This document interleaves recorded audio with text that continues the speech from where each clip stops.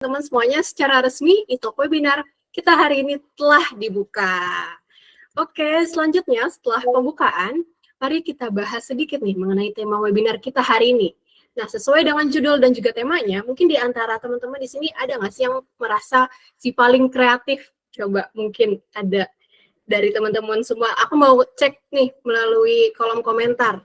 Kalau teman-teman udah merasa paling kreatif atau mau belajar nih paling kreatif, boleh isi di kolom komentarnya.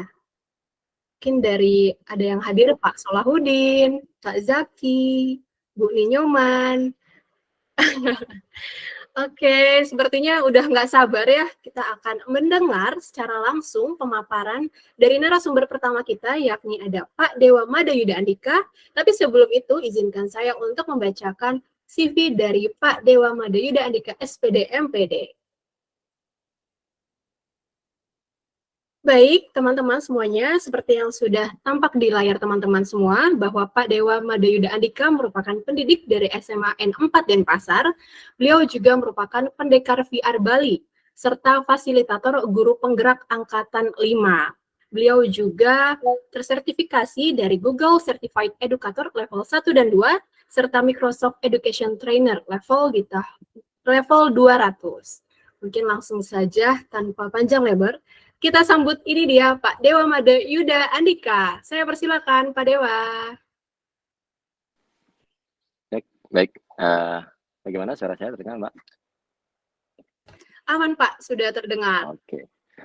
Baik, terima kasih Mbak Masita. Tadi sudah memperkenalkan. Jadi Bapak Ibu perkenalkan, nama saya Dewa Madayuda Andika. Jadi Bapak Ibu semuanya nanti bisa memanggil dengan Pak Dewa ya. Silakan. Salam kenal semuanya. Dan terima kasih juga sudah bergabung dalam kegiatan kali ini. Jadi di sini saya akan sedikit sharing tentang pengalaman saya Bapak Ibu ya. Jadi bagaimana membuat konten yang selama ini sudah saya jalani. Dan semoga bisa memberikan inspirasi kepada Bapak Ibu semuanya. Yang tentunya di sini Bapak Ibu juga banyak yang sudah menciptakan konten-konten luar biasa tentunya. Yang bermanfaat bagi anak-anak kita di kelas. Baik, kita langsung saja. Jadi sesuai dengan judulnya kali ini yaitu guru sama dengan konten kreator ya Bapak Ibu ya. Jadi kalau kita berandai-andai atau kita melihat di kelas kita bahwa sebenarnya guru itu adalah seorang konten kreator. Nah, seperti apa? Bisa dilanjut, Mbak?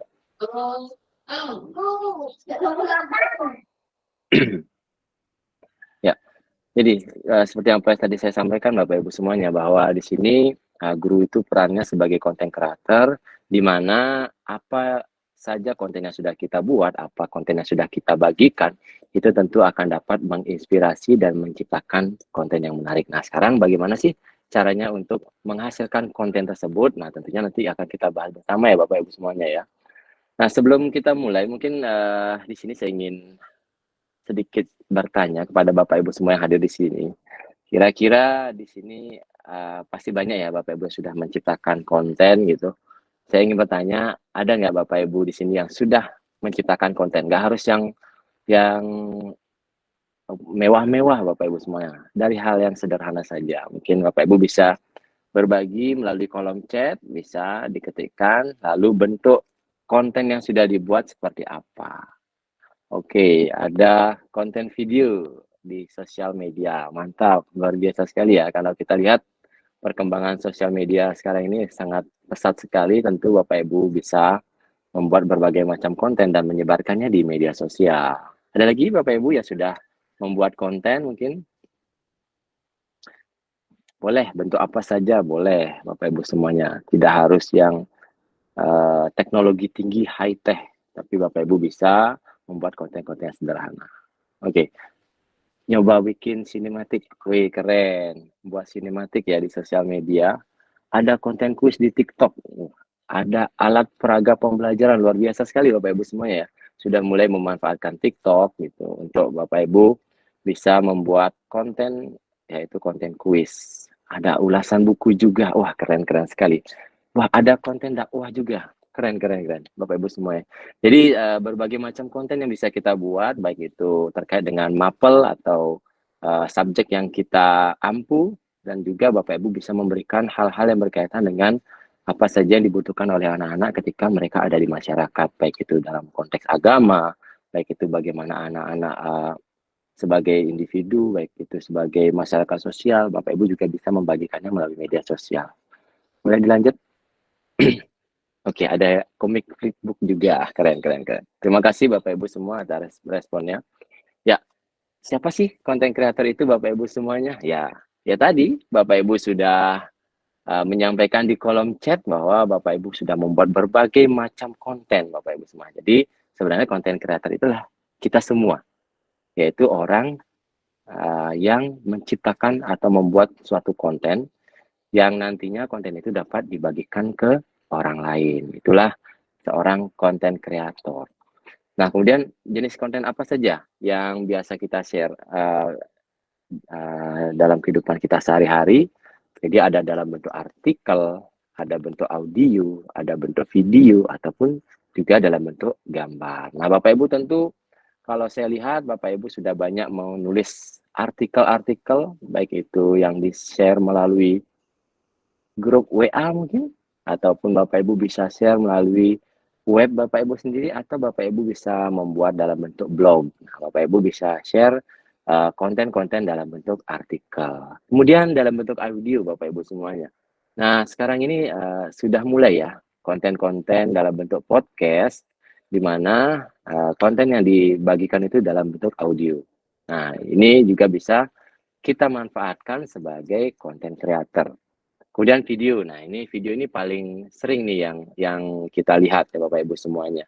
Di mana Bapak Ibu bisa share video melalui grup media sosial ataupun melalui Facebook, melalui akun-akun media sosial lainnya, dan juga ada yang membuat dalam di-upload ke dalam YouTube, dan sekarang lagi marak ini adalah di TikTok ya Bapak Ibu ya. Jadi banyak yang video-video yang sangat populer di TikTok, di mana tidak para guru tidak mau kalah nih, Bapak Ibu bisa membagikan video di media TikTok. Kemudian ada juga yang berbentuk gambar Bapak Ibu semuanya. Nah, di mana masih sangat banyak sekali aplikasi-aplikasi untuk mengedit gambar yang bisa Bapak Ibu manfaatkan, bahkan hanya melalui browser Bapak Ibu saja, yang sangat mudah ya kita manfaatkan ya Bapak Ibu semua.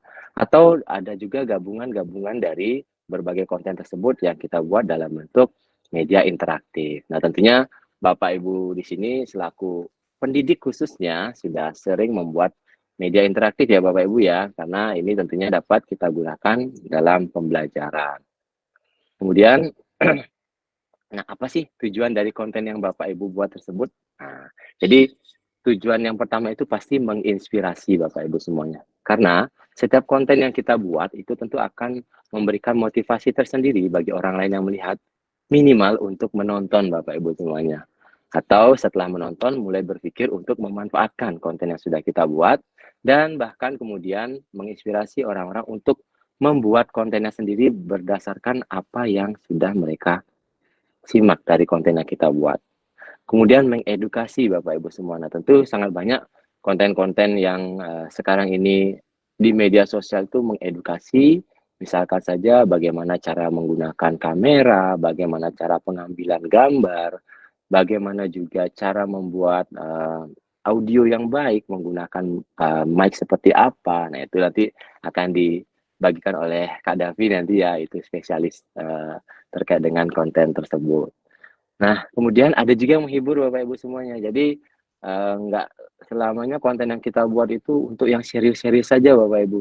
Nah, tentunya kita juga bisa membuat konten yang menghibur. Misalkan saja kita membuat konten lagu di dalam bentuk video maupun dalam bentuk audio, atau Bapak Ibu juga bisa membuat adegan-adegan lucu nih Bapak Ibu semua ya. Tentunya itu akan dapat menghibur audiens kita. Nah, itu tujuan dari konten yang kita buat.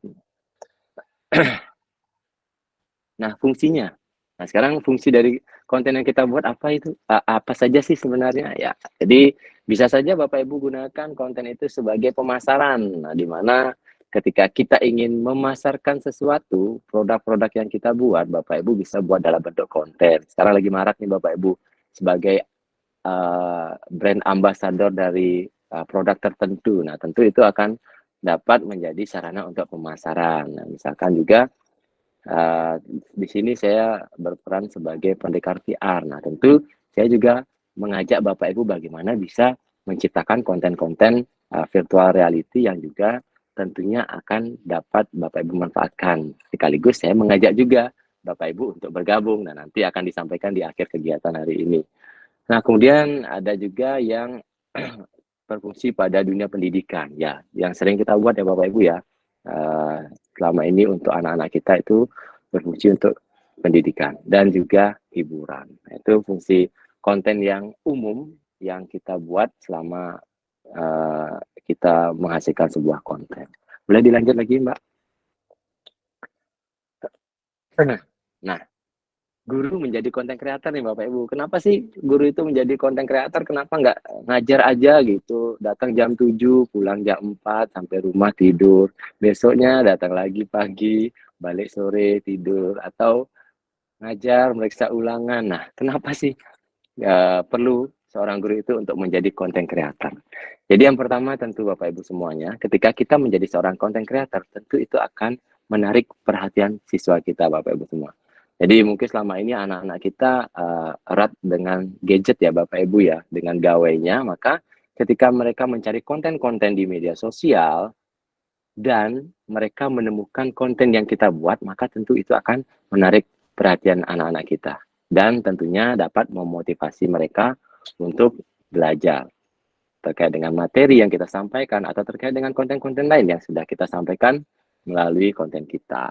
Kemudian yang kedua, ketika Bapak Ibu menjadi seorang konten kreator, maka Bapak Ibu dapat meningkatkan keterampilan komunikasi Bapak Ibu semuanya.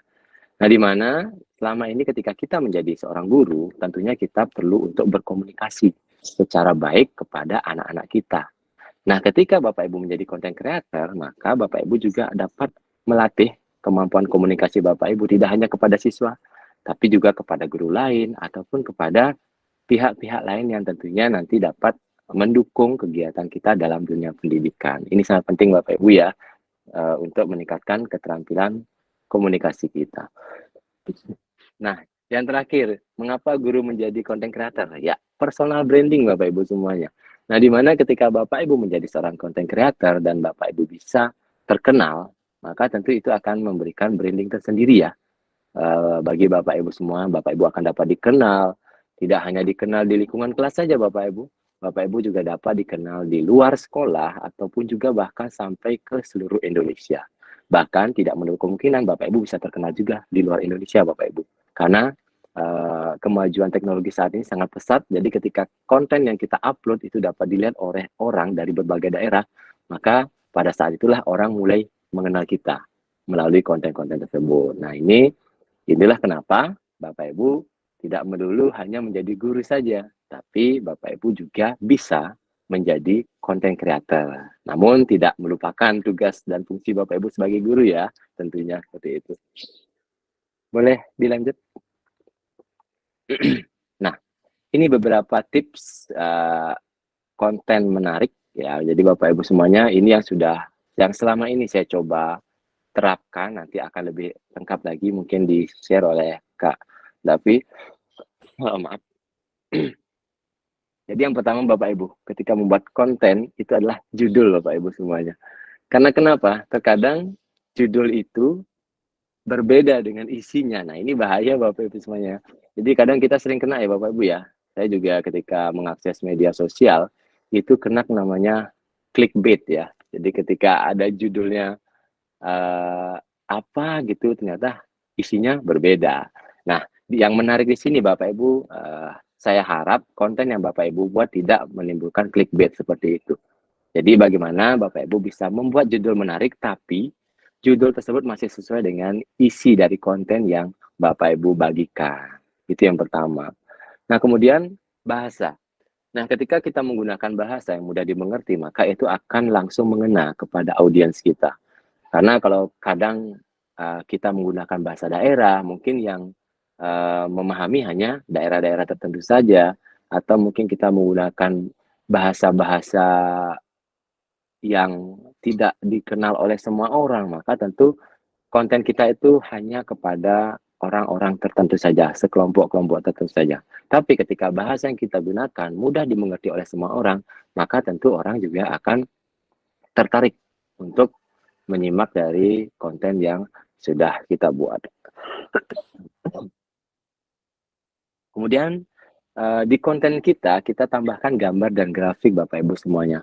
Nah, di mana dengan menggunakan penggunaan gambar dan grafik ini, maka tentu kita dapat menggambarkan ide-ide apa saja yang mau kita sampaikan kepada audiens dari gambar tersebut dan juga dalam bentuk grafik. Nah, kadang kalau kita menyebutkan materi jumlah penduduk gitu, ketika Bapak Ibu menggunakan dalam bentuk teks gitu, terkadang itu akan sering dilewatkan. Nah, bagaimana ketika Bapak Ibu gunakan dalam bentuk grafik? Nah, tentu itu akan membuat konten kita lebih diminati karena terkesan lebih menarik dibandingkan dengan tulisan-tulisan, apalagi tulisannya berbentuk paragraf panjang Bapak Ibu semua, maka itu akan kadang membuat sakit mata Bapak Ibu, sehingga itu akan lebih sering di skip oleh audiens kita, sehingga itu akan mengurangi dari performa dari konten yang kita bagikan. Nah, yang terakhir nih Bapak Ibu, kita ikuti tren. Nah, jadi Bapak Ibu semuanya, ketika kita menjadi seorang guru, tentunya kita juga harus lihat nih tren-tren apa saja yang sedang booming saat ini Bapak Ibu semua. Nah, tapi tentunya tren yang kita ikuti tidak melenceng dari dunia pendidikan ya Bapak Ibu semuanya. Jadi jangan sampai kita ikut-ikutan tren, tapi ternyata konten kita malah nyeleneh, atau mungkin bisa menyinggung atau bertentangan dengan SARA seperti itu. Jadi tetap kita ikuti tren yang ada, misalkan saat ini sedang zaman-zamannya metaverse ya Bapak Ibu semua ya. Maka mau tidak mau kita ikuti trennya. Kita coba belajar tentang metaverse itu apa sih, lalu kita buat konten-konten metaverse misalkan gitu. Salah satunya ya tentang konten virtual reality. Nah, di mana Bapak Ibu semuanya dapat memanfaatkan juga konten-konten yang berkaitan dengan virtual reality untuk meningkatkan minat dari anak-anak kita dalam belajar. Bisa dilanjutkan, Mbak? Nah, jadi Bapak Ibu, ini saya sedikit sharing nih Bapak Ibu semuanya tentang konten VR yang sudah saya buat. Jadi di sini saya memanfaatkan aplikasi Melia Lab untuk membuat konten virtual reality yang saya manfaatkan dalam pembelajaran fisika. Nah, kenapa saya menggunakan konten seperti ini? Nah, ketika kita melihat anak-anak di kelas, ketika kita berikan mereka kesempatan untuk bermain game yang ada di gawai mereka, maka tentu mereka akan lebih bersemangat dibandingkan ketika kita berikan dalam bentuk textbook seperti itu Bapak Ibu semuanya. Maka kecenderungan anak-anak untuk bermain game ini kita akan salurkan ke dalam pembelajaran kita. Nah, salah satunya adalah dengan menggunakan virtual reality. Nah, di sini konten yang saya buat mengajak anak-anak untuk seolah-olah bermain game, padahal mereka lagi belajar nih Bapak Ibu semuanya. Nah, di sini contoh gambar ini saya gunakan mode non zero ya Bapak Ibu semuanya. Jadi di sini bisa digunakan oleh gadget apapun karena seperti anak-anak menggerak-gerakkan dalam permainan game. Ada juga Bapak Ibu bisa gunakan kacamata virtual reality. Nah, kalau Bapak Ibu mengajak anak-anak untuk menggunakan kacamata VR, nah, tunggu sebentar, saya coba ambilkan.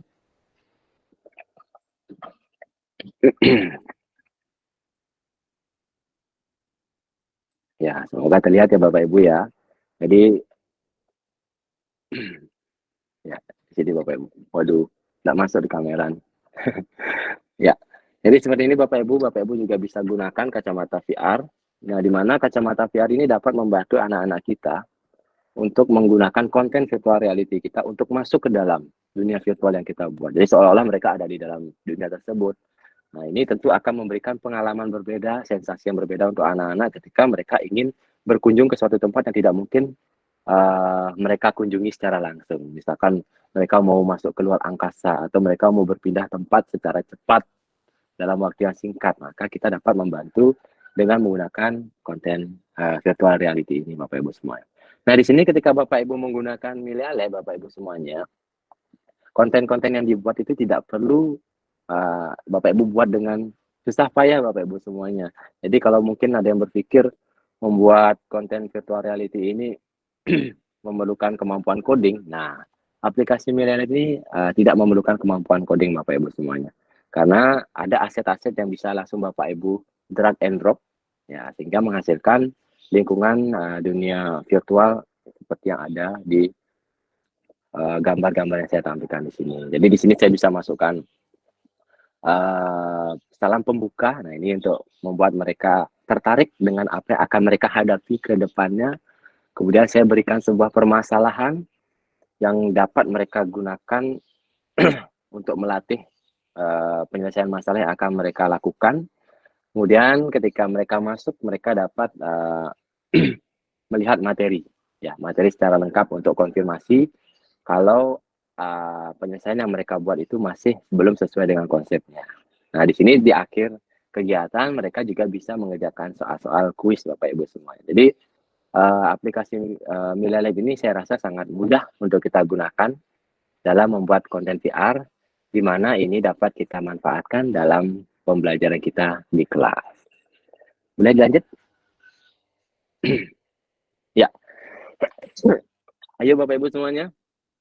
Ternyata konten itu tidak sesulit yang kita bayangkan ya Bapak Ibu. Jadi Bapak Ibu bisa buat berbagai konten, mulai dari sederhana saja Bapak Ibu. Bapak Ibu bisa menulis dalam bentuk teks atau artikel, atau Bapak Ibu bisa membuat dalam bentuk audio, kemudian Bapak Ibu bisa juga membuat dalam bentuk video, ataupun membuat dalam bentuk virtual reality seperti saya. Nah, nantinya konten-konten yang Bapak Ibu buat itu dapat Bapak Ibu bagikan ke media sosial, baik itu melalui Facebook, melalui uh, Instagram, melalui YouTube, ataupun yang sekarang sedang tren melalui TikTok. Sehingga konten-konten yang Bapak Ibu buat dapat bermanfaat sesuai dengan apa yang kita inginkan. Bisa lanjut, Mbak? Baik, Bapak Ibu semuanya. Jadi saya rasa sedikit sharing dari saya terkait dengan bagaimana kita bisa membuat konten sebagai seorang guru. Sehingga guru juga bisa menjadi seorang konten kreator. Terima kasih Bapak Ibu semuanya. Untuk waktu saya kembalikan kepada Mbak Masita. Silakan Mbak.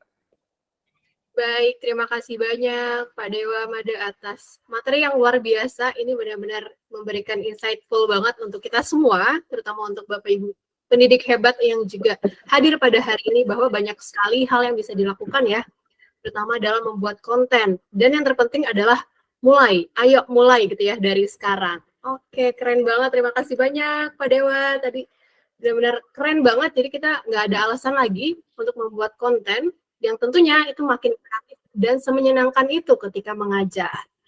Dan tidak terasa bahwa Pak Dewa tadi sudah memberikan materi yang luar biasa sekali.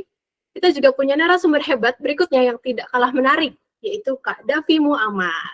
Baik, sebelumnya izinkan saya untuk membacakan CV dari Kak Davi Muammar. Ya, teman-teman, seperti yang sudah tampil di layar teman-teman semuanya, bahwa Kak Davi Muammar merupakan founder dari Sekreatif dan juga seorang content creator. Dan saat ini Kak Davi Muammar sebagai mahasiswa di Universitas Brawijaya. Dan langsung saja kita undang Kak Davi Muammar. Kepada Kak Davi, kami persilakan. Halo. Oke, Halo, aku izin share screen ya. Mana ya? Langsung share screen ini ya Kak ya? Iya, silakan Kak Davi. Oke. Nah, udah ada?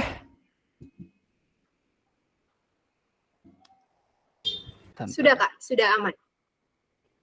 Oke. Silakan Kak Davi. Ntar ya, aku mau join juga di HP nih, soalnya kayaknya nggak bisa buka chat. Ntar. Boleh di ACC Kak?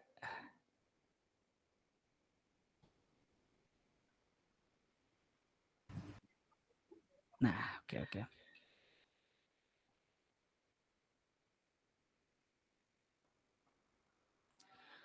Oke, kalau dari teman-teman dan Bapak Ibu lihat di sini, main reason for using social media Januari 2023 yang aku ambil dari wearesocial.com. Pembuatan konten itu ada di 4 besar, finding content. Jadi mengapa itulah kenapa kita ngumpul di sini di How to Become Creative Educator and Impactful Content Creator but by eTalk Immersive Education Talk. Sebelumnya tak kenal maka tak sayang ya. Sebelumnya kenalin dulu, nama aku Davi Muammar, aku sebagai founders kreatif, content creator, videographer, dan juga editor. Dan sebelum itu juga aku izin menyampaikan dari Pak Andreas Rizky, yang terhormat Pak Andreas Rizky selaku managing dari Director Sinta VR, Kak Jelita selaku brand owner Milia Lab, Pak Angga selaku brand lead Sinta VR, dan Pak Made yang udah nyampein materinya selaku pendidik SMA Negeri 4 Denpasar juga. Nah, mungkin ada yang kurang ngeh nih, kurang apa sih itu kreatif gitu kan. Nah, aku coba jelasin dikit aja. Nah, buat kreatif. Jadi, kreatif itu adalah agensi kreatif, basicnya agensi kreatif dan production house yang udah punya total 210.000 pengikut Instagram dan TikTok gitu. Nah, production house-nya ini sendiri fokusnya di jasa pembuatan video iklan, video profil perusahaan, kampus, dan lain-lain. Dan untuk medianya sendiri fokusnya di pembuatan konten edutainment, education and entertainment. Jadi seputar dunia kreatif seperti itu. Dan sebenarnya kreatif udah ngerjain punya brand apa aja sih, udah kerja sama brand apa aja sih. Nah, di sini teman-teman dan Bapak Ibu bisa lihat ada dari Ciputra, Menanti, dan Fantech, dan lain-lain masih banyak lagi. Oke. Nah, aku mau nanya nih, kira-kira apa sih yang bakal aku bahas di sini? Boleh yang mau nebak-nebak di chat gitu kan. Sebenarnya harusnya udah kedebak sih gitu kan. Tentang boleh ramein di chat atau yang mau on mic langsung nggak apa-apa gitu. Oke. Tebak aja nanti ya. Oke. Pembuatan konten menarik Kak. Kenapa harus kreatif? Oke. Konten. Impactful konten. Oke. Oke, sebenarnya benar ya. Ada 2 poin yang bakal kita pelajari di sini tentang yang pertama tentang konten kreatif dan cara membuatnya. Dan yang kedua itu mengoptimalkan digital content sebagai sebuah peluang gitu. Nah, ini menarik banget. Tadi sempat disampaikan juga sama Pak Made, dan ini aku izin menambahkan Pak Made. Nanti aku tambahin di sini. Dan next. Tapi sebelum ke pembahasan, nah, biar nggak tegang ya, kita mau cek dulu asik. Meskipun di sini nggak seumuran aku aja, ada Bapak Ibu dan ada teman-teman, boleh mau cek. Ada yang lagi ngantuk boleh di chat sih, ketik 1, ketik 2 gitu. 2 lapar, oke, Kak Jelita lapar gitu kan. Nomor 3 ada yang lagi semangat gitu. Oke. 1 ngantuk, ya. Boleh teman-teman misal lagi ngantuk atau apa, sambil rebahan juga boleh sih dengerin akunya gitu. 3 semangat, oke terima kasih kalau semangat. 2 lapar. Buat yang lagi puasa sambil ngabuburit, sambil kita belajar, asik. Rame nih. Oke. Kita next aja dulu kali ya. Oke. Pertama kita coba samain persepsi kita dulu, apa itu konten kreatif. Jadi kalau dari aku sendiri, konten itu sebenarnya gampangnya informasi atau materi kan. Dan kreatif adalah sesuatu yang baru atau menarik gitu. Nah, jadi konten kreatif gampangnya itu informasi atau materi yang menarik dan memikat dan memiliki keunikan dan daya tarik untuk dijangkau dan mempengaruhi audiens. Nah, ini secara definisi lah. Dan kalau masih belum kebayang, santai aja, nanti bakal ada penjelasan lebih lanjut di belakang. Nah, tadi juga ada sempat dibahas juga sama Made tentang format konten, yaitu ada video atau biasanya disebut secara teknisnya adalah audiovisual. Nah, kayak gini nih yang biasanya kita lihat di sosial media juga termasuk audiovisual kayak Instagram, TikTok, YouTube, itu audiovisual. Dan ada artikel juga yang biasanya kita lihat di berita-berita, blogger, Twitter, dan lain-lain. Ada foto dan lukisan juga.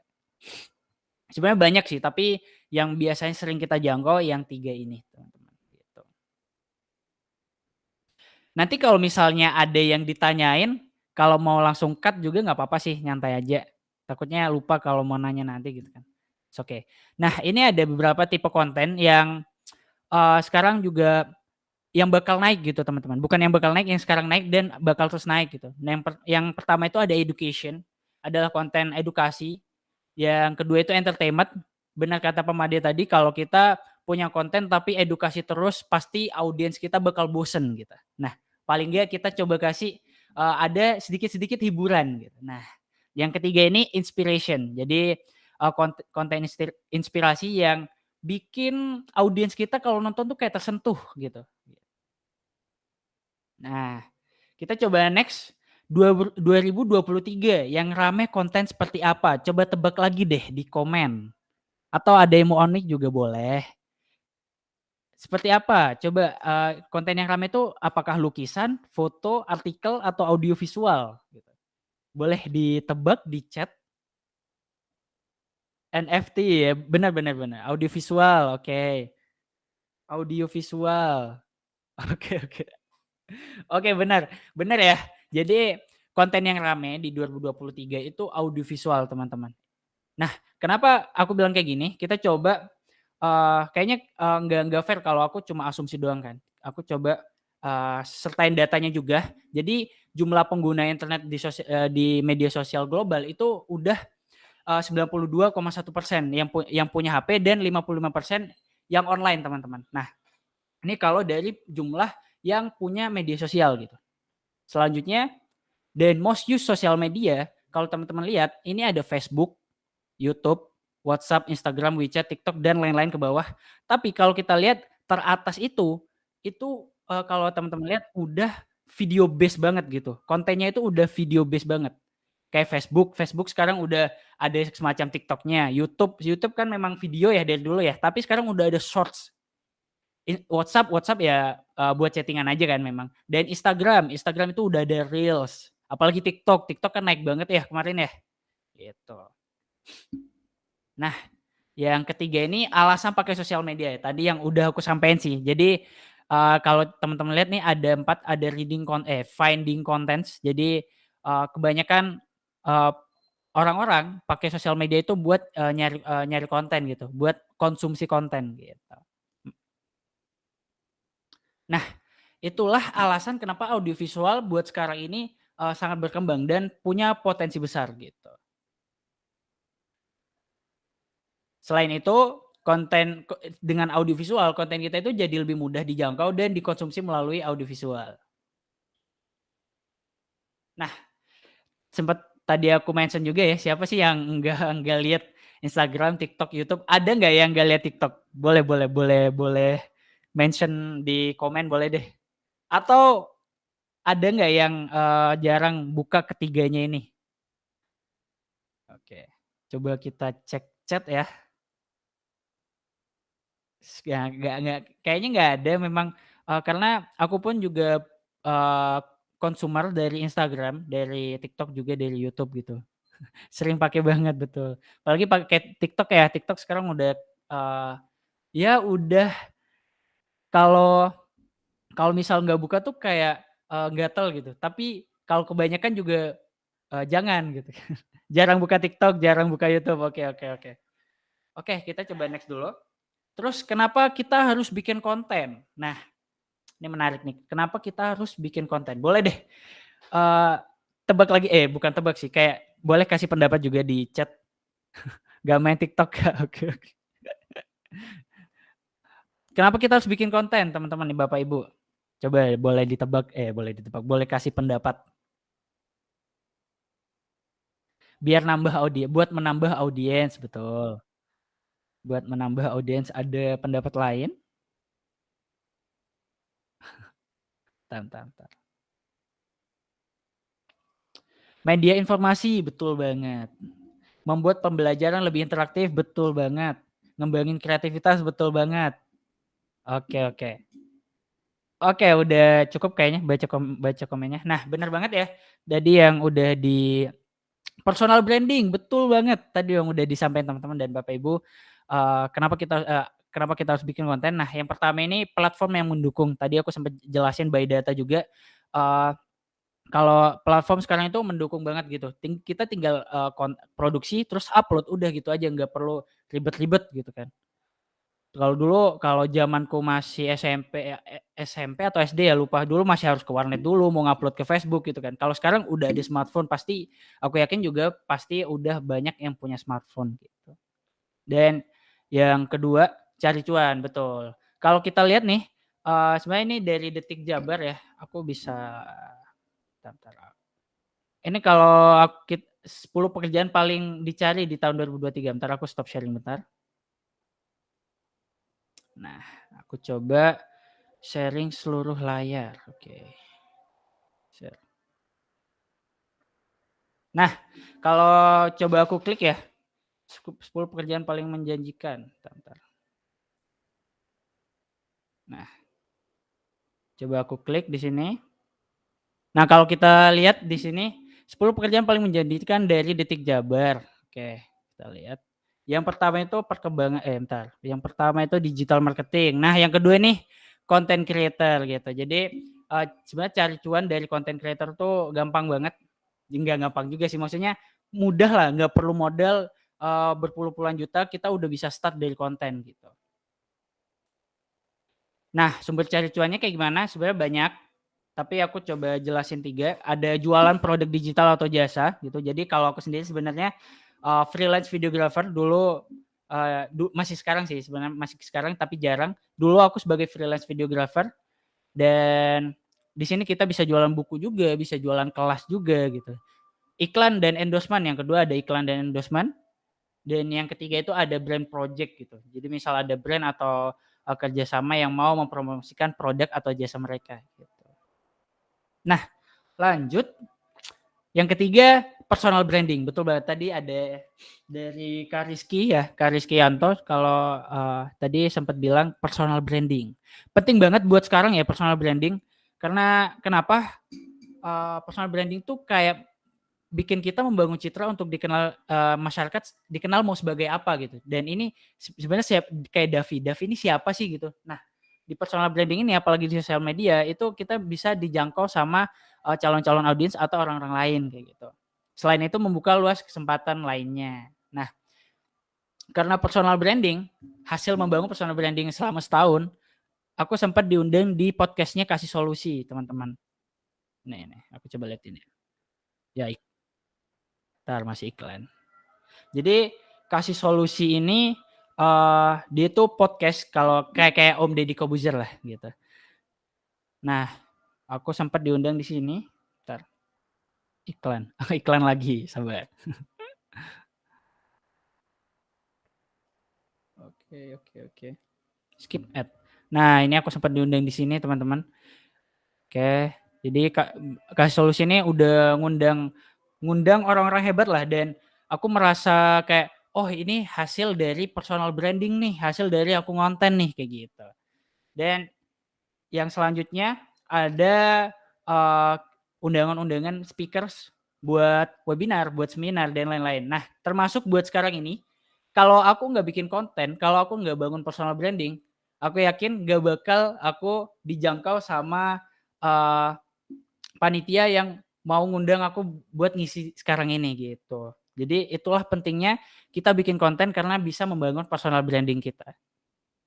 Oke, coba kita next ya. Dan yang keempat paling penting ya, menyalurkan manfaat lewat konten edukatif. Karena sesuai dengan visiku membangun kreatif, karena aku mau coba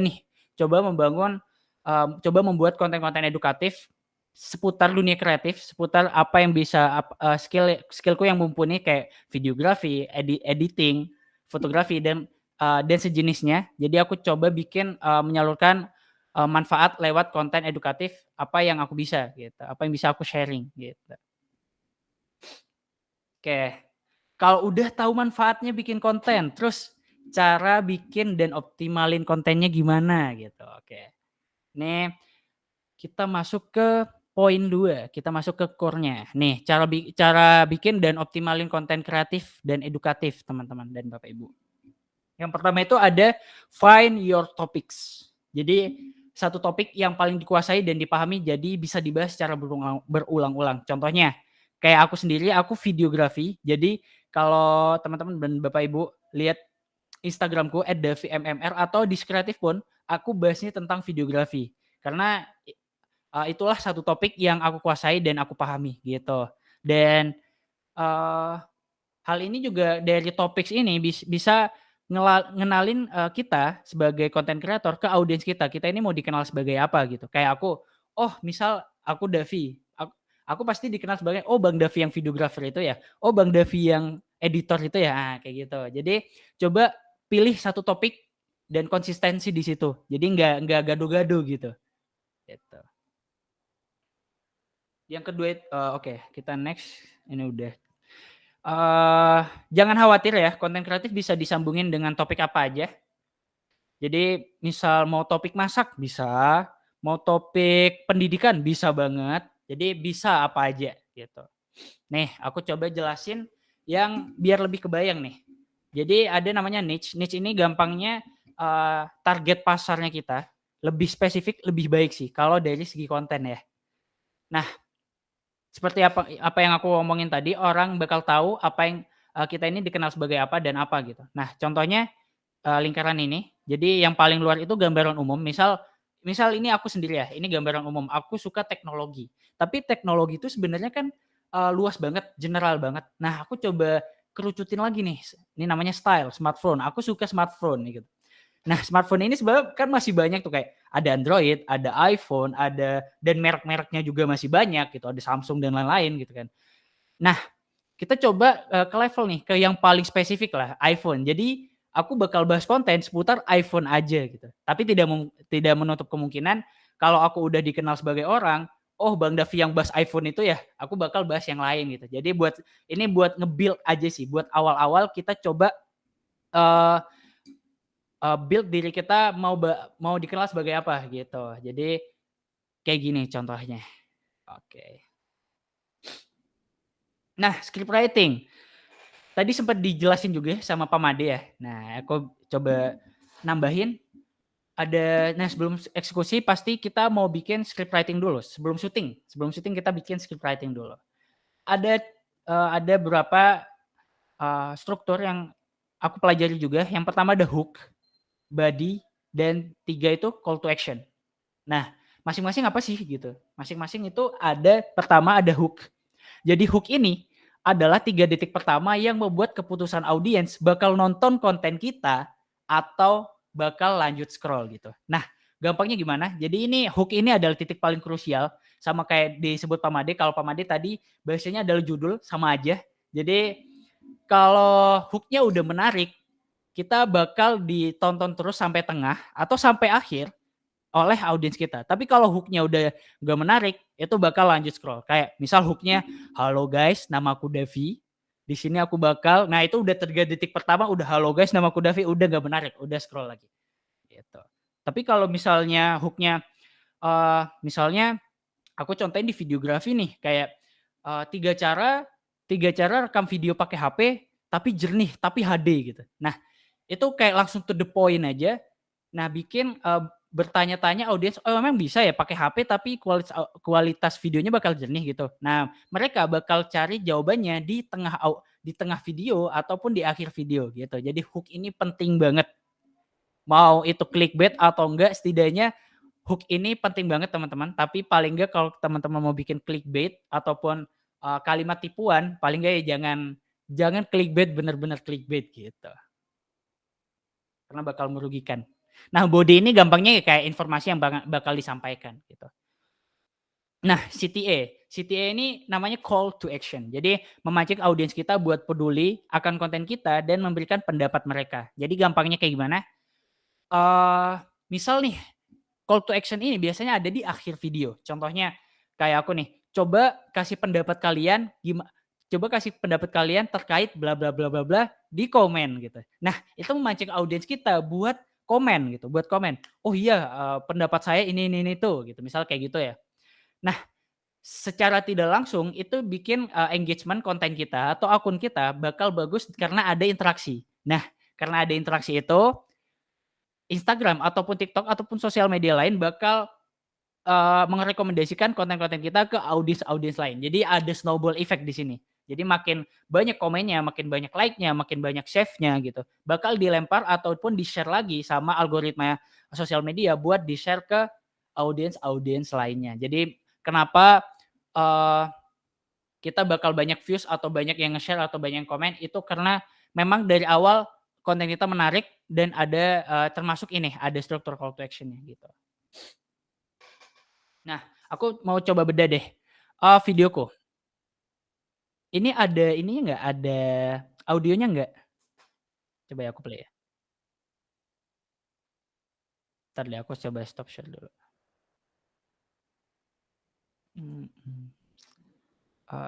Jendela.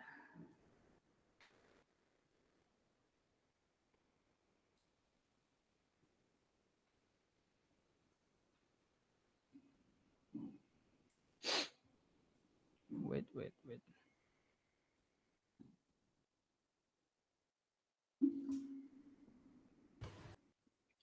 Ya, Kak Davi, mungkin kalau misalnya terkendala untuk audio, memang di Google Meeting-nya sendiri kali ya terkendala audio. Jadi mungkin boleh dilanjut saja, Kak. Oke. Coba aku lanjut aja ya kali ya. Oke, aku lanjut aja deh. Ini karena nggak bisa ditonton, jadi aku bakal jelasin aja.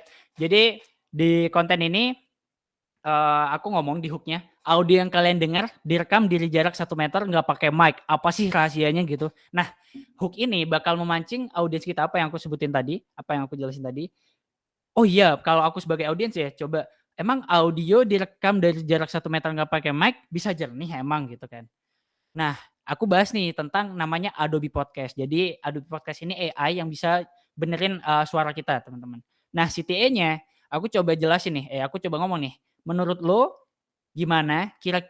Menurut lo gimana? Kira-kira mic profesional bisa nggak sih diganti sama AI ini? Nah, itu memancing buat audiens kita buat komentar gitu. Nah, misal, oh nggak bisa dong mic profesional diganti sama AI gitu. Misal kayak gitu dan lain-lain. Ada yang setuju, ada yang enggak pasti di situ. Karena sumber diskusi seru banget sih kalau udah banyak yang komen dan diskusi di situ. Karena banyak perspektif yang bisa kita belajar juga gitu.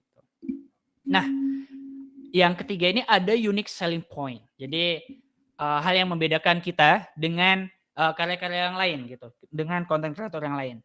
Itu banyak sebenarnya aspeknya, tapi yang paling penting adalah storytelling. Nih, nomor 1 storytelling, kemampuan bercerita. Jadi paling enggak apa yang coba aku sebutin tadi tentang penulisan skrip itu bakal berpengaruh dari kemampuan berceritanya kita gitu. Jadi menulis skrip yang menarik gitu. Dan yang kedua itu visual storytelling. Nah, visual storytelling gimana? Sama seperti yang Pak Made sebutin tadi ya. Jadi kalau kita cuma teks doang, di konten kita teks doang, ataupun kita ngomong doang gitu, itu pasti bosen teman-teman dan Bapak Ibu. Jadi paling nggak ada di situ ada kayak editingnya, ada animasinya. Nggak perlu yang susah-susah. Kalau pakai laptop bisa diedit di Premiere Pro atau After Effects, tapi kalau cuma pakai HP itu juga bisa banget, pakai CapCut, pakai VN itu juga bisa banget gitu. Oke, dan ini udah yang terakhir sih, sebenarnya ini tambahan aja. Gimana sih cara kita nyiapin kualitas soft skill dan hard skill kita yang menarik, terutama aku dari kacamata pekerja kreatif dan konten kreator edukasi gitu. Yang pertama itu coba kita bahas soft skill-nya ya. Nah, soft skill sebenarnya banyak banget yang harus kita pelajari, tapi yang paling penting ada 3 ini sebenarnya, komunikasi, kreativitas, dan manajemen waktu gitu. Ya kalau komunikasi kayak aku sekarang dari pertama kali aku diundang speaker pasti aku terbata-bata teman-teman. Nah, cuman komunikasi ini aku belajar learning by doing sih gitu. Dan sering bicara di depan umum gitu kan. Kalau kreativitas ya baca buku, kalau kayak aku sendiri suka baca buku dan ikut kelas sih. Ikut kelas konten kreatif, kalau teman-teman tahu konten akademi namanya, itu aku termasuk ikut kelas di situ. Dan ada manajemen waktu. Terus kalau hard skill, sebenarnya hard skill tuh kayak copywriting, ini kayaknya salah deh. Pokoknya ada copywriting, shooting, dan editing gitu. Dan itu bisa kita pelajari sebenarnya di kelas sih gitu. Ataupun bisa buku, tapi kalau aku sendiri sebenarnya aku kalau misal editing gitu, aku lebih suka di kelas karena berupa video base. Jadi aku bisa lihat langsung prakteknya gitu. Nah, secret tips, rahasia terakhir ya. Rahasia terakhir di akhir pembahasan. Oke. Yang pertama kalau mau bikin konten teman-teman dan Bapak Ibu, yang pertama itu konsisten ya. Jadi bikin konten itu enggak satu kali kita bikin konten langsung booming. Jadi, itu enggak mustahil sebenarnya kalau kita Rafathar gitu kan. Enggak mustahil sebenarnya kalau kita artis, kalau kita udah punya privilege. Tapi buat kita yang kayak aku ini, buat kita yang kayak aku yang enggak ada privilege, o atau keluarga artis ataupun, keluarga content creator, aku benar-benar mulai sendiri, itu harus konsisten, benar-benar konsisten. Kita coba kasih, value dari konten kita gitu, dan dari situ pasti ada satu konten yang pecah telur gitu, dan itu bakal jadi snowball effect. Yang lain bakal mulai rame mulai rame mulai rame, dan pelan-pelan aja. Nah, yang kedua ini suka dan bisa. Coba bikin konten yang kita suka dan kita bisa juga. Biar enggak bosen gitu dan terus mau belajar. Termasuk aku sekarang videografi, editing, dunia kreatif. Aku bukan sebenarnya aku bukan yang jago-jago banget, tapi aku suka dan bisa gitu. Aku suka, jadi aku mau terus belajar dan aku beberapa bisa jadi, aku coba sharing apa yang aku bisa gitu. Dan yang ketiga itu bikin dari hati. Karena bikin dari hati dan ikhlas ngasih kontennya nantinya bisa bikin, apa yang kita sampaikan itu benar-benar bakal, masuk ke audiensnya kita, bakal masuk banget tentang edukasinya, tentang hiburannya ke audiensnya kita, gitu. Itu sih kalau dari aku terakhir. Nah, thank you, terima kasih. Terakhir, konsistensi adalah bentuk kesetiaan daripada diri sendiri dan tujuan kita. Terima kasih. Wassalamualaikum warahmatullahi wabarakatuh. Waalaikumsalam warahmatullahi wabarakatuh. Tepuk tangan dulu yuk teman-teman dan Bapak Ibu semuanya atas materi yang sudah disampaikan oleh Kak Davi tadi. Kalau kata orang-orang zaman sekarang tuh bilangnya isinya daging semua Kak Davi. Jadi kita bisa dapat materi yang luar biasa dan juga benar-benar bisa diimplementasikan langsung ya atas materi-materi yang sudah disampaikan tadi. Amin. Nah, Amin. selanjutnya kita masuk ke sesi tanya jawab nih Kak Davi dan juga Pak Dewa. Mungkin dari teman-teman dan juga Bapak Ibu yang punya pertanyaan boleh banget langsung isi di kolom komentar atau mau raise hand juga boleh, silakan. Jadi kita buka 3 penanya pertama terlebih dahulu. Mungkin saya coba cek nih di kolom komentar atau tadi sepertinya sudah ada yang raise hand. Silakan Bapak Ibu untuk bertanya secara langsung kepada Kak Davi dan juga Pak Dewa. Karena memang materi yang kita dapatkan hari ini benar-benar luar biasa, sesuai dengan kebutuhan juga ya, seperti saat ini kita tidak lepas dari sosial media dan bagaimana kreativitas itu bisa tetap didapatkan. Nah, ini juga sudah ada materi dan juga hal-hal menarik yang bisa kita dapatkan secara langsung. Nah, ini sudah muncul nih pertanyaan dari Bapak M. Rishad Nurudin. Tips membangun schedule konten, mulai dari content writing hingga post production. Mungkin ini boleh dijawab oleh Kak Davi terlebih dahulu, silakan.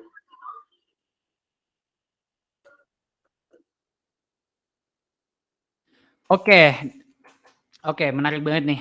Tips membangun schedule konten ya. Mulai dari content writing hingga post production. Oke, menarik banget. Nah, sebenarnya tipsnya itu kalau dari aku pakai tools sih. Aku pakai tools namanya, bentar aku share screen lagi ya. Nah, bentar. Aku pakai tools. Nah, ini udah ada belum ya share screen-nya? Sudah Kak, sudah muncul. Nah, aku pakai tools yang namanya Notion, teman-teman ya. Jadi kayak ini kayak ada dates-nya, ada type-nya, terus ada dan atau belum produksi atau produksi lagi script. Jadi dari situ aku bisa nge-track nih. Nah, kayak ini content planning, priority 1, priority 2 gitu. Jadi dari situ aku bisa nge-track nih. Misal aku takut kelupaan. Nah, pasti aku catat dulu, pasti aku taruh di Notion tadi itu. Nah, itu teman-teman atau Bapak Ibu bisa pakai Notion juga karena simple sebenarnya dan bisa ngebantu kita gitu. Nah, itu enaknya gimana? Jadi misal kayak webinar sekarang nih, kayak H-2 aku diingetin sama Notion-nya kalau H-2 bakal ada webinar gitu, bakal ada webinar. Nah, aku diingetin via HP gitu. Jadi aku bakal inget tuh. Nah, itu karena aku juga masih kuliah teman-teman, aku semester 4 dan pasti ada tugas, ada praktikum dan lain-lain. Jadi kalau aku nggak tulis, aku pasti rawan lupa gitu ya. Jadi makanya aku coba tulis di situ dan bentar mana tadi ya. Dan cara schedule konten aku kayak gitu, mulai dari content writing sih, aku content writing juga di Notion aku ketik di situ, dan juga post production kalau udah ya aku ketik down gitu. Ketik down gitu. Jadi itu sih kalau dari aku. Terima kasih, keren banget pertanyaannya. Oke, terima kasih Kak Davi untuk jawabannya. Mungkin dari Pak Dewa seperti apa nih Pak? Untuk terima kasih. schedulingnya buat konten. Silakan Pak. Jadi kalau tadi sebenarnya saya dapat ilmu baru nih dari Davi ya, keren sekali. Nanti bisa coba diterapkan. Kalau sementara sih saya masih pakai Google Calendar. Jadi kita coba manfaatkan yang sederhana yang kita punya dari karena kalau guru-guru kan kita punya akun belajar ya, sehingga kita bisa gunakan secara optimal seperti itu. Tapi kalau tadi lihat ada langsung konfirmasi sudah selesai, itu keren sekali. Nanti coba saya terapkan seperti itu. Dan kadang biasanya untuk pemanfaatan waktu biasanya mungkin saya pakai ketika waktu-waktu luang sih, karena kalau kita sebagai guru kan jadwalnya sudah pasti ya. Jadi dari hari Senin sampai Jumat karena kita 5 hari, ya saya coba pakai di Sabtu karena biasanya pulang kerja itu harus ada keluarga juga, kemudian mempersiapkan untuk esok harinya juga. Biasanya sih weekend sih saya pakai kadang-kadang seperti itu. Jadi kalau ada waktu luang, apalagi libur, libur ini kesempatan nih, karena biasanya banyak orang yang bilang libur produktif, nah seperti itu. Jadi pas libur kita bisa manfaatkan. Biasanya seperti itu sih kalau dari saya. Terima kasih Pak.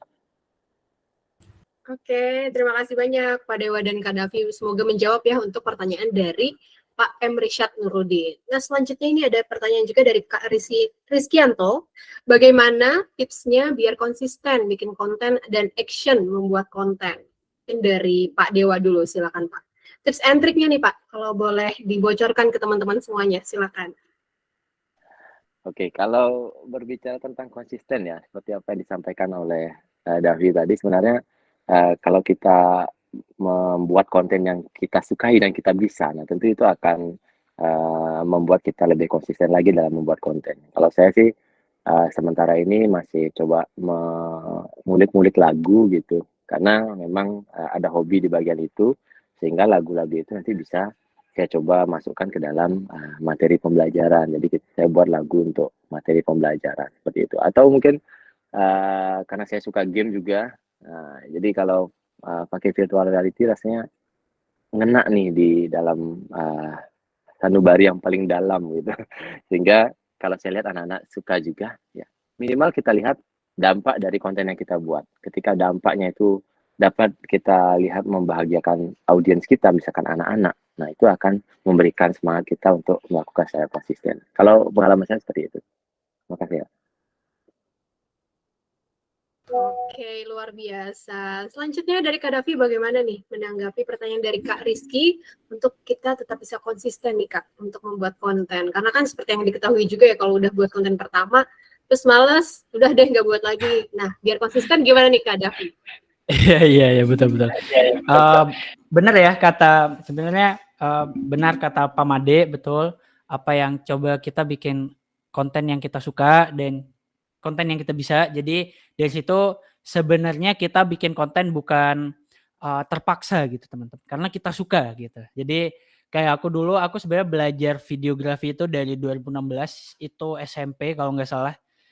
Dan aku juga mulai nge-YouTube dulu dari 2017 ya, kayak bikin YouTube vlog-vlog nggak jelas gitu kan. Tapi siapa yang mau nonton gitu sebenarnya kan. Tapi karena aku suka, karena aku hobi, jadi aku coba dalemin terus, aku pelajari terus gitu. Nah, makanya dari situ yang paling awal dan paling pertama coba kita cari apa yang kita suka dulu gitu, apa yang kita hobi di situ, apa yang kita passion di situ.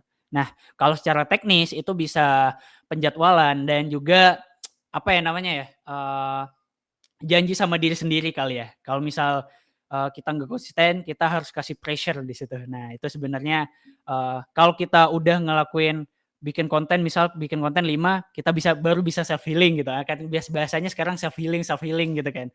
Nah, itu kita bisa coba pakai metode-metode kayak gitu. Nah, gitu sih kalau dari aku.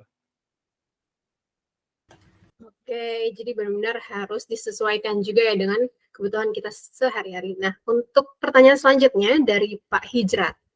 Bagaimana tips atau cara sederhana membuat konten-konten pendidikan dengan Android? Nah, karena Pak Hijrat ini juga merupakan seorang pendidik, jadi pengen tahu nih dari sisi Kak Davi dan juga Pak Dewa, apakah ada tips yang bisa diberikan? Silakan Kak Davi dulu mungkin. Oke, dari Pak Hijrat, gimana tips atau cara sederhana membuat konten pendidikan dengan Android ya? Jadi sebenarnya apa yang aku sampaikan tadi sebenarnya itu udah general dari mau pakai kamera, mau pakai HP, mau pakai HP iPhone atau Android itu yang pertama pastinya kita sama yang seperti tadi aku coba kita bikin tentuin topiknya kita gitu. Jadi ini udah ketahuan pendidikan, jadi kita bisa tentuin di situ dan yang kedua pastinya apa sih yang kita bahas gitu. Nah, secara pendidikan itu masih secara general kan. Nah, itu bakal kita bahas apa tuh, misal tentang fisika, tentang biologi, itu bakal kita bahas. Nah, fisika dan biologi pun pasti banyak bab-babnya gitu. Nah, kita coba bahas di situ. Karena kalau sekarang kan video sebenarnya orang suka-sukanya itu video pendek gitu ya, video semenit, video 2 menit gitu. Nah, pasti kalau kita bahas biologi secara keseluruhan, kayak bab 1 secara keseluruhan, itu kan kayak pasti nggak bisa gitu kan. Maka dari itu coba cari hal yang menarik ataupun satu poin gitu yang bakal kita bahas di situ. Nah, kalau dari segi teknis kita juga bisa kalau pakai HP itu paling enggak aku saran itu pakai lighting, biar karena HP itu sebenarnya low light-nya kita harus sadar low light HP itu jelek. Jadi jelek kalau kita udah di kondisi buram gelap pasti kualitas videonya bakal buram. Atau kalau nggak punya lighting itu bisa, tapi kita syuting di pagi atau sore ataupun siang, pokoknya pas di depan matahari gitu. Jadi biar lebih terang gitu. Itu kalau dari segi teknis dan kalau dari teknis editingnya juga itu kita bisa pakai aplikasi yang udah keren-keren banget sekarang di HP juga itu ada KineMaster, ada VN dan masih banyak lagi gitu. Itu dari aku. Oke, thank you Kak Davi. Semoga bisa menjawab pertanyaan dari Pak Hijrat tadi ya. Karena tidak ada alasan sekarang untuk membuat konten baik dari handphone ataupun aplikasi lainnya. Kalau dari Pak Dewa sesama tenaga pendidik bagaimana nih Pak? Mungkin bisa kasih tips langsung kepada Pak Hijrat. Silakan. Oke, baik, terima kasih pertanyaan Pak Hijrat ya. Jadi bagaimana sih secara sederhana? Nah ini saya tertarik nih dengan kata sederhananya nih. Jadi tadi secara lengkap sudah disampaikan ya oleh Davi bagaimana kita bisa membuat konten-konten yang menarik ya. Ya jangan buat konten yang panjang-panjang gitu karena ketika panjang itu rentan untuk di skip Bapak Ibu semuanya. Jadi ketika hal sederhana sebenarnya ini sudah pernah saya coba terapkan kepada rekan saya. Jadi saya mengajak kepada rekan saya yang mungkin kurang bisa mengedit video seperti itu. Jadi dibuat dalam bentuk tulisan saja, Pak. Jadi ketika kita menulis, membuat sebuah contoh soal gitu, ditulis di kertas, terus kita pakai kamera HP dengan tripod saja, mini tripod yang mau kertas, itu sudah bisa kita gunakan sebagai konten. Atau kita pakai papan. Nah, kalau kita lihat Bapak Ibu kalau mau explore di YouTube, banyak sekali video-video yang hanya memanfaatkan papan dan viewernya banyak sekali seperti itu Bapak Ibu semua. Nah, sekarang bagaimana kita bisa menuangkan hal yang memang mengenal langsung kepada materi yang ingin disasar oleh anak-anak kalau kita sebagai pendidik, sehingga dalam bentuk papan tulis pun itu akan banyak dicari dan akan menjadi menarik bagi anak-anak kita. Mungkin seperti itu, Kak Nasita. Oke, terima kasih Pak Dewa dan juga Kak Davi. Semoga pertanyaan dari Pak Hijrat ini sudah cukup menjawab ya. Dan juga selanjutnya, pertanyaan yang tidak kalah menarik dari Bu Novitri Maulida. Cara menghadapi orang yang upload ulang video kita, serta cari audio yang pas, no copywriting, yang gratis. Karena kalau audionya sudah di CapCut itu masih ada copyright-nya. Nah ini pernah atau tidak nih dialami oleh Pak Dewa dan Kak Davi? Silakan. Dari Pak Dewa dulu, silakan Pak. Baik, terima kasih pertanyaannya ya. Jadi banyak kasus terjadi ya ketika kita membuat video ternyata ada orang yang re-upload ya Bapak Ibu semuanya. Sebenarnya itu sah-sah saja asalkan mereka mencantumkan sumber aslinya Bapak Ibu semuanya. Karena ketika kita membuat suatu konten yang bermanfaat untuk orang lain dan bisa dimanfaatkan lagi, itu akan sangat luar biasa sekali.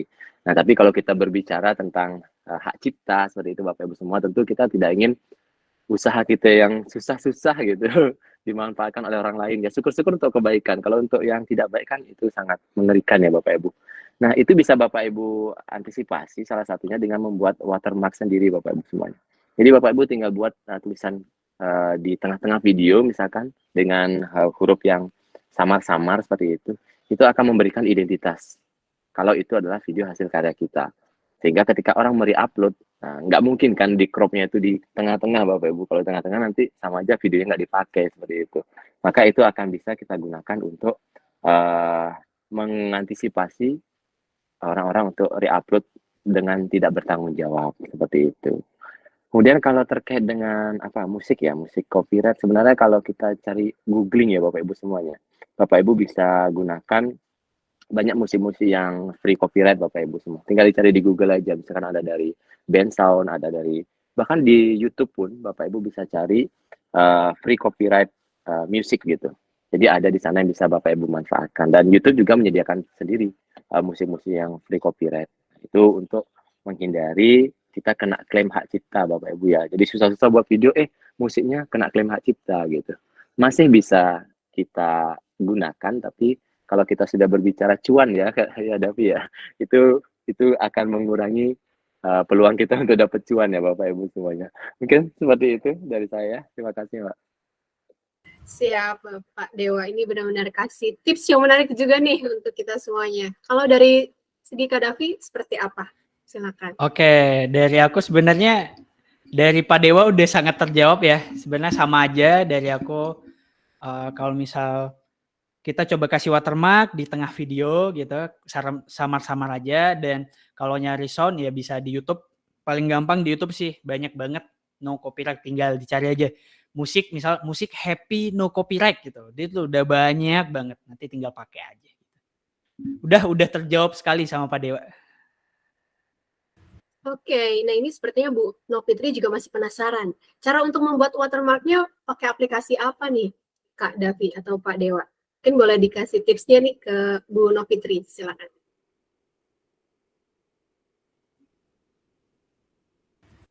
Oke. Dari Kak Davi dulu. Oke. Cara bikin watermarknya ya. Cara bikin watermarknya sekalian pas kita editing itu bisa. Kalau di HP itu bisa pakai VN, bisa pakai CapCut, bisa pakai KineMaster, semuanya bisa. Karena aku yakin juga aplikasi editing ada fitur add text-nya. Jadi tinggal add text aja, kita misal di tengah add the VMR gitu. Di tengah kita samarin videonya, opacity-nya gitu. Udah gitu aja. Sebenarnya sederhana, mudah gitu. Itu sih. Oke, kalau dari Pak Dewa mau menambahkan silakan Pak Dewa. Mungkin ada aplikasi lainnya yang direkomendasikan, boleh. Oke. Kalau kita berbicara aplikasi ya, sebenarnya aplikasi banyak sih Pak. Jadi seperti disampaikan Davi tadi bahwa asalkan editing videonya bisa menambahkan teks saja. Nah itu akan sangat mudah. Kita tambahkan teks dengan warna yang putih, kemudian ada opacity-nya ditipisin. Jadi seperti yang disampaikan Davi, semuanya sih. Semua aplikasi editing yang bisa menambahkan teks itu bisa kita gunakan. Atau mungkin Bapak Ibu bisa tambahkan layer gambar simbol Bapak Ibu, logonya boleh, bisa juga. Yang penting tidak menutup video ya Bapak Ibu ya, jangan sampai nanti kita kasih watermark malah videonya kehalang gitu Bapak Ibu. Jadi tinggal di opacity-nya ditipisin sehingga samar-samar tapi masih terlihat gitu. Seperti itu sih, sudah terjawab tadi dari Davi. Oke, jadi mungkin sudah cukup terjawab ya Bu Novitri. Semoga aplikasinya bisa langsung dicoba. Nah, jadi tidak ada alasan lagi untuk membuat konten yang menarik di sosial media. Oke, selanjutnya ini ada pertanyaan dari Kak Rizkyanto lagi. Nah, mungkin ada masukan nggak nih dari Pak Dewa ataupun Kak Davi untuk konten di bidang pendidikan yang ringan-ringan dulu? Mungkin karena Kak Rizky sebagai pemula kalian untuk membuat konten, ada nggak nih saran untuk bisa membuat konten yang mungkin ringan-ringan dulu nih di bidang edukasi? Dari Pak Dewa, silakan Pak Dewa. Oke, terima kasih. Ya, kalau kita berbicara ringan ya, kalau kita melihat konten apa sih, konten pendidikan apa yang ringan, tentu kalau Bapak Ibu sebagai guru, Bapak Ibu tinggal lihat kembali lagi ke subjek atau mapel apa yang Bapak Ibu ampu. Jadi kalau kita memang mengampu mapel tersebut, tentu itu akan lebih ringan ya untuk kita mencari sumber-sumber informasi, mencari topik apa yang akan kita bahas. Seperti yang disampaikan tadi, kita buat video pendek, ada di TikTok juga bisa, kemudian ada YouTube tadi, YouTube Short-nya juga bisa. Nah, itu bisa Bapak Ibu buat video singkat yang berkaitan dengan mata pelajaran yang memang Bapak Ibu ampu. Atau ketika Bapak Ibu tidak mengampu mata pelajaran, kalau sekarang kan cenderung lebih ke soft skill ya Bapak Ibu ya. Bagaimana kita bisa memberikan pendidikan kepada anak-anak di luar mapel kita. Nah, seperti itu kalau Davi sih sudah jago tuh untuk memberikan materi-materi seperti videografi dan yang lainnya. Nah, itu juga bisa kita ajarkan Bapak Ibu. Misalkan Bapak Ibu memiliki hobi di bidang musik misalkan. Bapak Ibu bisa berikan sedikit-sedikit tips bagaimana bermain musik. Itu yang mungkin tidak berkaitan langsung dengan mapel Bapak Ibu. Atau mungkin bagaimana mengurangi stres dalam belajar. Nah, seperti itu bisa juga. Kalau dari saya sih seperti itu untuk yang ringan-ringan saja. Mungkin dari saya seperti itu, Mbak. Oke, selanjutnya dari Kak Davi, ada nggak nih tips yang bisa diberikan untuk membuat konten yang ya udah deh coba ringan-ringan dulu aja gitu buat penonton yang menyaksikan, gimana Kak? Oke, sepakat banget ya sama Pak Made. Tadi udah terjawab juga. Kalau dari aku, pokoknya coba kita bikin yang ringan-ringan aja memang. Dan dari segi bahasa juga itu penting banget. Kalau kita pakai bahasa istilah gitu, pakai bahasa istilah yang cuma kita paham, itu buat apa juga gitu kan. Nah, kalau kita pakai bahasa yang semua orang paham, yang paham istilah pasti juga paham, yang nggak paham istilah pasti juga paham. Jadi semuanya bakal paham gitu. Jadi dari segi bahasa itu juga harus kita perhatikan. Itu tipsnya dari aku, dan itu tambahan aja karena Pak Made sudah lengkap juga tadi jelasinnya dan udah sangat menjawab gitu. Oke, semoga nanti jawabannya sudah bisa langsung diaplikasikan oleh Kak Rizky nih sesuai pertanyaannya. Oke, selanjutnya dari pertanyaan terakhir nih dari Exilia. Bagaimanakah cara membuat konten yang dapat menarik penonton walaupun sudah lama kontennya, tetapi viewersnya masih mencari konten tersebut? Nah, bagaimana caranya? Mungkin dari Kak Davi dulu. Silakan Kak Davi. Bagaimana nih tips yang bisa diberikan ke Kak Exilia ini?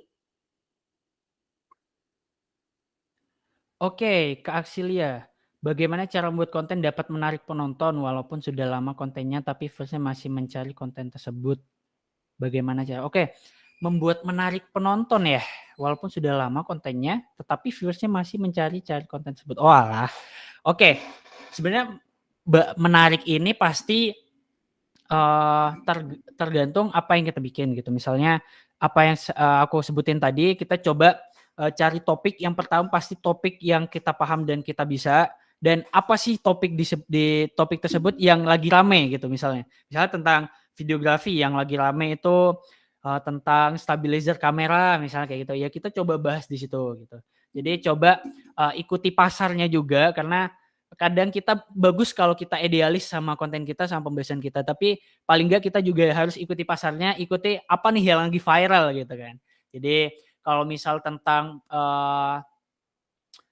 pendidikan, kita coba cari apa nih yang lagi naik pendidikan yang lagi dibahas, tentang misal tentang virtual reality, tentang apa kemarin yang lagi naik tuh AI, artificial intelligence gitu. Itu coba kita into juga di situ. Kita coba bahas. Termasuk aku ini videografi, tapi aku juga bahas AI di videografi gitu. Contohnya AI yang bisa bikin suara kita lebih bagus, itu ada namanya Adobe Podcast. Jadi aku juga bahas di situ. Nah, di situ kita coba cari pasar yang lagi rame juga biar konten kita menarik buat dilihat penonton gitu sih. Nah, Pak Dewa bisa nambahin nih nanti. Oke, berarti bisa dicoba juga nih dengan aplikasi-aplikasi lain. Kalau Pak Dewa, bagaimana nih Pak tanggapannya? Silakan Pak Dewa. Oke, jadi sebenarnya tadi sudah dijawab oleh Davi ya, luar biasa sekali.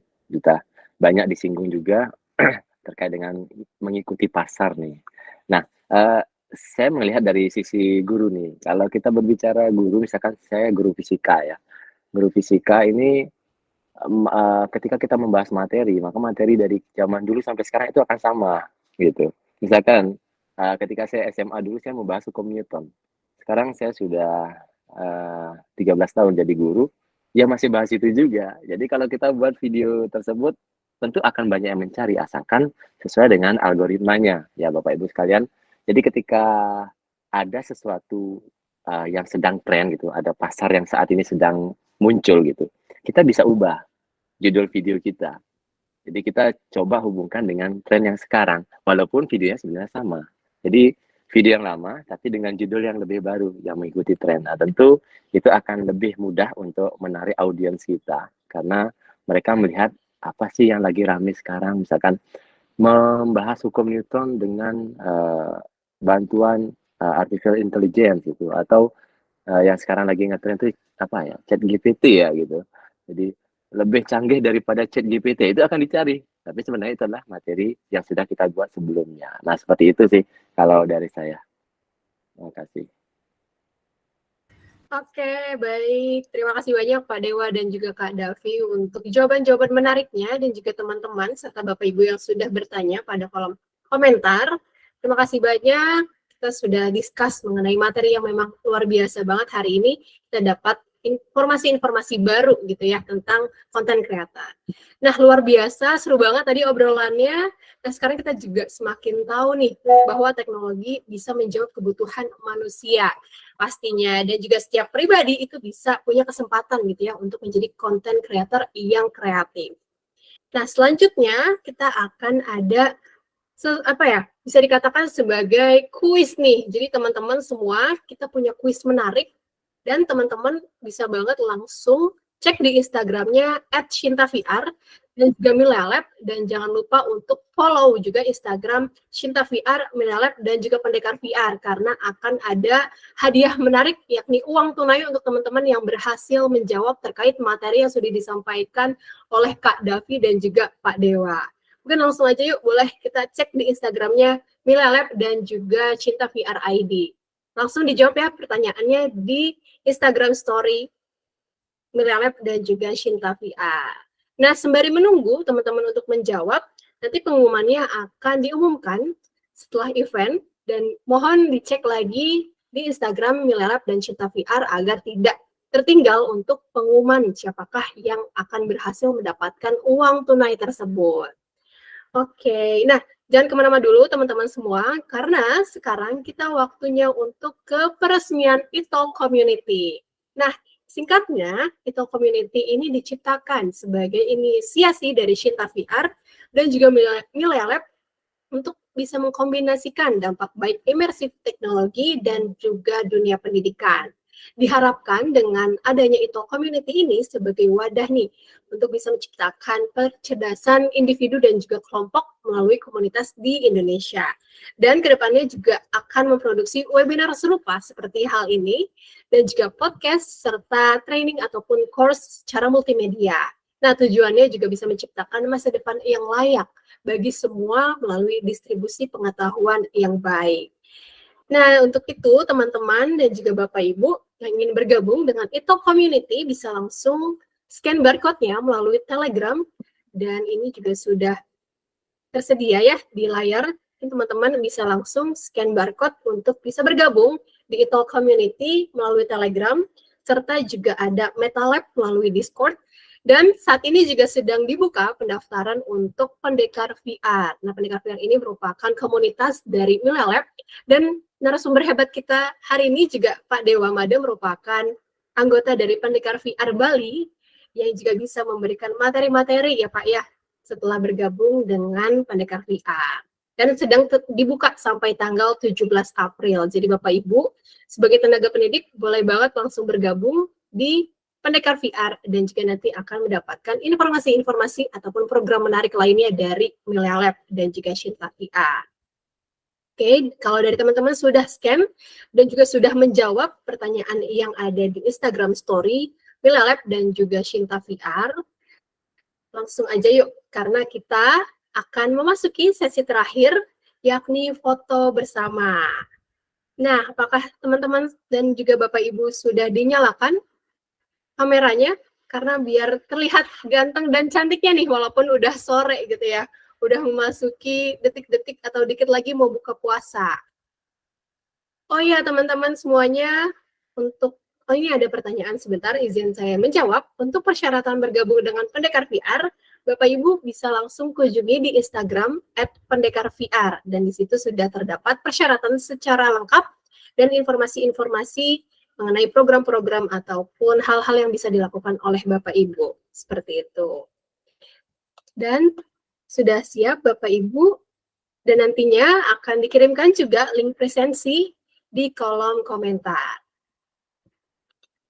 Baik, apakah sudah siap Bapak Ibu untuk bisa kami dokumentasikan bersama kegiatan pada hari ini? Oke, baik, untuk Bapak Ibu dan teman-teman. Sudah siap? Saya hitung. 1, 2, 3. Oke, berikan gaya terbaik Bapak Ibu semuanya ya. 1, 2, 3. Oke, terima kasih banyak Bapak Ibu dan teman-teman semuanya.